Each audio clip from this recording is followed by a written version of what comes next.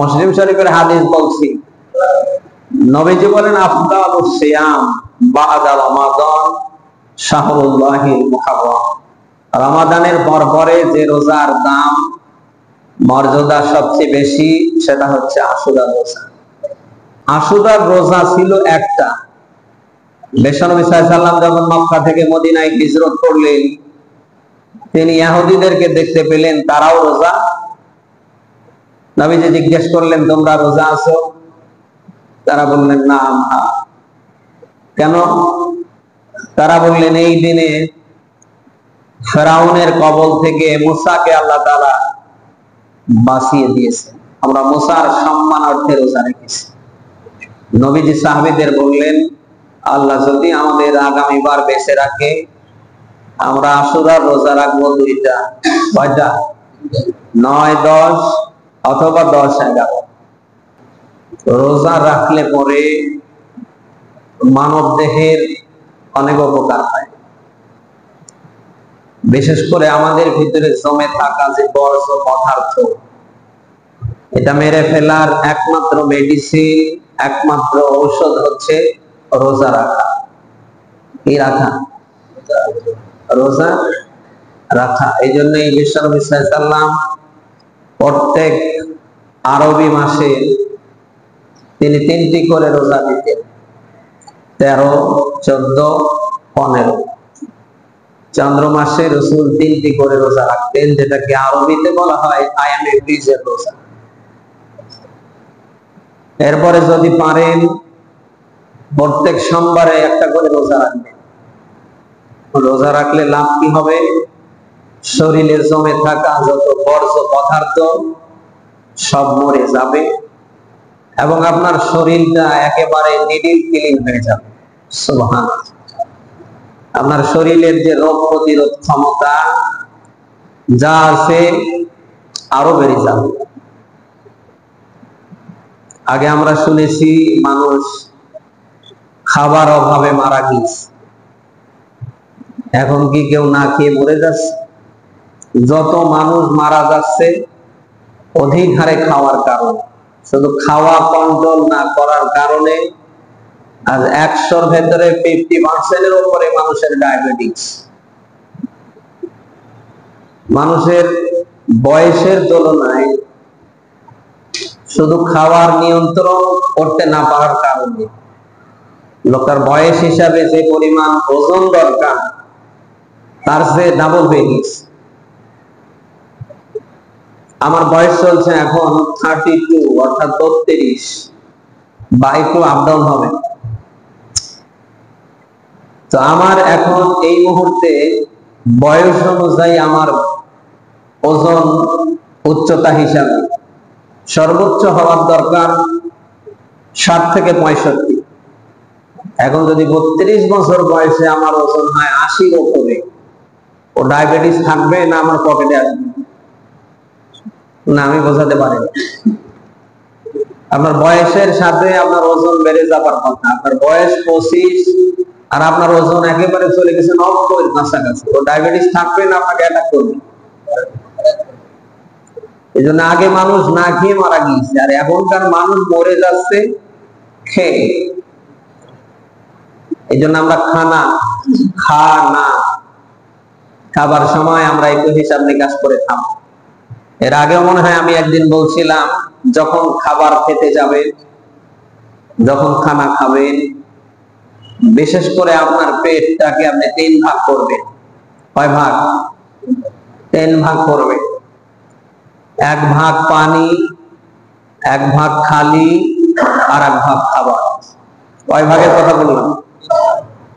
আপনি যদি 3টা সিস্টেম ফলো করে খানা খেতে পারেন, আমি আপনাকে নিশ্চয়তা দিচ্ছি, আল্লাহ চাহেন তো ডায়াবেটিস আপনাকে অ্যাটাক করতে পারবে না ইনশাআল্লাহ। তাহলে পেটটা ভাগ হবে কয়টা? 3টা। একটা থাকবে খালি, আর একটা পানি, আর একটা কি? আপনি কি তা করেন? এই যে কোরবানির গোশত যে পরিমাণ খাওয়ার দরকার, আমরা কি সেভাবে খেয়েছি? নিয়ন্ত্রণ একেবারে হারিয়ে ফেলছি, যার ফলে আমরা দেখতে পেলাম এখনো দেখতে পাচ্ছি অনেক মানুষ হাসপাতালে কাতরাচ্ছে। এই জন্য খাওয়াকে কন্ট্রোল করতে হবে আপনি যদি সুস্থ থাকতে চান। আদম আলাইহিস সালাম থেকে নিয়ে বিশ্ব নবী মুহাম্মদ রাসূলুল্লাহ সাল্লাল্লাহু আলাইহি সাল্লাম পর্যন্ত প্রত্যেকটা নবী এবং রাসূলের জীবনী যদি আপনি পড়েন, আপনি এই জিনিসটা পাবেন যে তাদের পেট বুক দুইটাই ছিল এক। তাদের পেট এবং বুক দুইটাই ছিল কি? আপনার পেট আর বুক কি এক আছে? বুক থেকে 9 ইঞ্চি উঁচু হয়ে গেছে, গর্ভবতী মহিলার মতো দেখতে। মহিলার দেখে লজ্জা পায়, ডাকতে বলে আব্দুল্লাহর আব্বু, পেটে সন্তান আসে আমার, আর ওনার এত পেট বড় হয়। আপনার পেট বড় হচ্ছে, আপনি টের পাচ্ছেন না? ডাক্তার এত নিষেধ করার পরে খেতে বসলে তো আর উঠতে চান। আপনি যতক্ষণ খাওয়া কন্ট্রোল করতে না পারবেন, মুখ কন্ট্রোল করতে না পারবেন, ততক্ষণ পর্যন্ত ডাক্তারকে গিলে খেলেও আপনার শরীরে যেটা অ্যাটাক করেছে অন্তত এর হাত থেকে বাঁচা সম্ভব। এই জন্য আদম আলাইহিস সালাম থেকে নিয়ে শুরু করে আমাদের রাসূল পর্যন্ত সব নবী রাসূলের পেটগুলি ছিল বুকের সাথে মেলানো। তারা যখন এই খানা খেতেন, এই 3টা সিস্টেম তারা ফলো করতেন। মনে থাকবে তো? কি 3টা সিস্টেম বলেন তো দেখি? এখনই তো আপনাদের মনে নেই, আমল করবেন কি করে? পেটটাকে ভাগ করবেন কয়টা? 3টা। প্রথমে এক সাইড রাখবেন খালি, অপর সাইড পানি, আর 3 নাম্বার সাইডটা খাদ্য। আপনি 3টা সিস্টেম ফলো করে খানা খাবেন, সেটা সকালে হোক, দুপুরে হোক, রাতে হোক। আপনি 3টা সিস্টেম ফলো করে যদি খানা খেতে পারেন, আশা করা যায় আপনার রোগ প্রতিরোধ ক্ষমতা যা আছে দিনের পর দিন দ্বিগুণ হয়ে যাবে ইনশাআল্লাহ। পারবো না আমরা?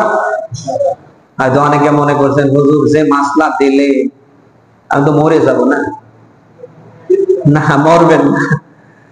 কে বলেছে মরবেন না? মরবেন না, আমরা পারবো তো ইনশাআল্লাহ।